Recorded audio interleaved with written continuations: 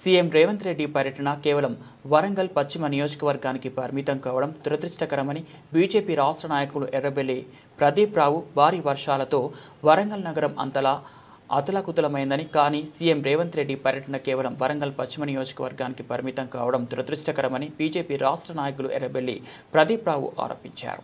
ఈ సందర్భంగా ఎర్రబెల్లి ప్రదీప్ రావు మాట్లాడుతూ స్థానిక మంత్రి కొండా సురేఖ అసమర్థత వల్లే సీఎం వరంగల్ నియోజకవర్గంలోని ముంపు ప్రాంతాలు పర్యటించలేదని, గతంలో శాసనసభ్యురాలుగా గెలిచిన సురేఖ వరంగల్ నగరాన్ని అభివృద్ధి చేస్తామని ఎన్నో మోసపూరిత మాటలు పలికిందని, అవి ఇప్పటికీ తూర్పు ప్రజలు మర్చిపోలేదని, ముఖ్యమంత్రి వస్తున్నారంటే ఎన్నో ఆశలతో ఉన్న తూర్పు ప్రజలకు నిరాశ మిగిలిందని, బేషరతుగా మంత్రి కొండా సురేఖ తన శాసనసభ్యత్వానికి రాజీనామా చేసి ప్రజలకు క్షమాపణ చెప్పాలని ప్రదీప్ రావు డిమాండ్ చేశారు। ఇక్కడ ప్రజలు చేసిన తప్పేంటి?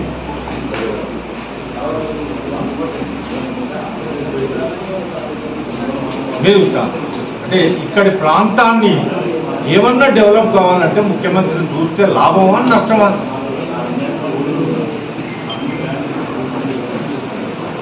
ఇప్పటి వరకు మీరు 2 ఏళ్ళ కాదు ఒక తట్టడి మట్టి పోసిరా?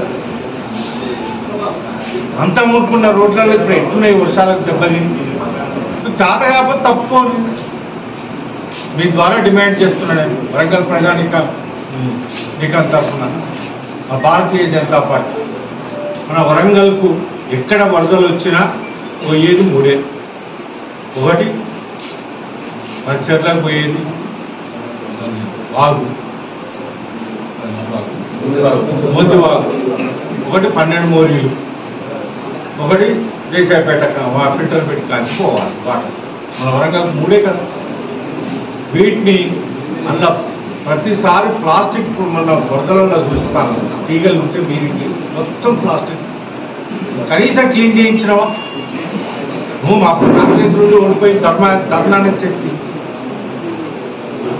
వర్షాలు పడే ముందు క్లీన్ చేయాలన్న వర్షాకాలం ఎన్ని ప్లాస్టిక్లు తట్టినాయి? శాశ్వత పరిష్కారం ఎంత పెద్ద పని అయింది? ఆ భద్రకాళి బండి కడితే దానికి పూర్తిగా శాస్త్రీయంగా లేకపోయా, వాటర్తో ఓపెన్ కావాలి గేట్, అది అయితే లేపాయ। ఇట్లాంటి పదవి మీకు ఒక మంత్రి వర్గంలో ఉండి మీరు చేసిన వరంగల్కి ఈ 3 వీటిని సరి చేయించుకోలేకపోతారా?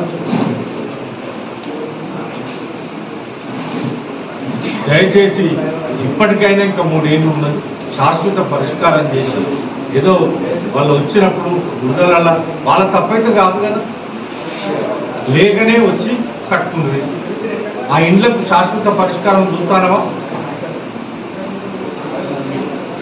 ఏ ఇల్లు కట్టిలేవా? నువ్వు రాష్ట్రంలో మంత్రివర్గంలో ఉన్నావు, కాలనీలు ఎన్ని కాలనీలు ఉన్నాయి మనకు మాట వరంగల్? ఇంకా కొంచెం ఎడల్పు చేసి ఆ కాలనీలలో కాకపోతే డబుల్ స్టేర్ అయ్యి అందరికి ఇల్లు కట్టి శాశ్వత పరిష్కారం చేయి। ఏదో ఇలా తడివంగనే వచ్చి కనీసం అట్లనే వచ్చి చూసిపోయిందా? ఇంత అన్యాయమైన అంటే మాకు చూస్తే చాలా బాధ అనిపించి కనీసం ఇలా ప్రెస్ మీట్ పెట్టి మీ దృష్టికి వరంగల్ ప్రజల దృష్టికి తీసుకురావాలి, ఇకనైనా బుద్ధి తెచ్చుకొని చేస్తానో రాజీనామా చేయాలి। ఏమన్నా శరం ఇజ్జత్ ఉంటే రాజీనామా చేయాలి, లేదు అనుకుంటే పట్టించనా శాశ్వత పరిష్కారం, రెండిట్లో ఏదో ఒకటి చేయండి।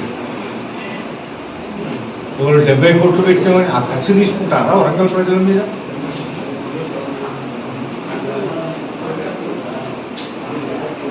దయచేసి ఇప్పటికైనా వరంగల్ ప్రజలకు న్యాయం చేయాలని కోరుకుంటూ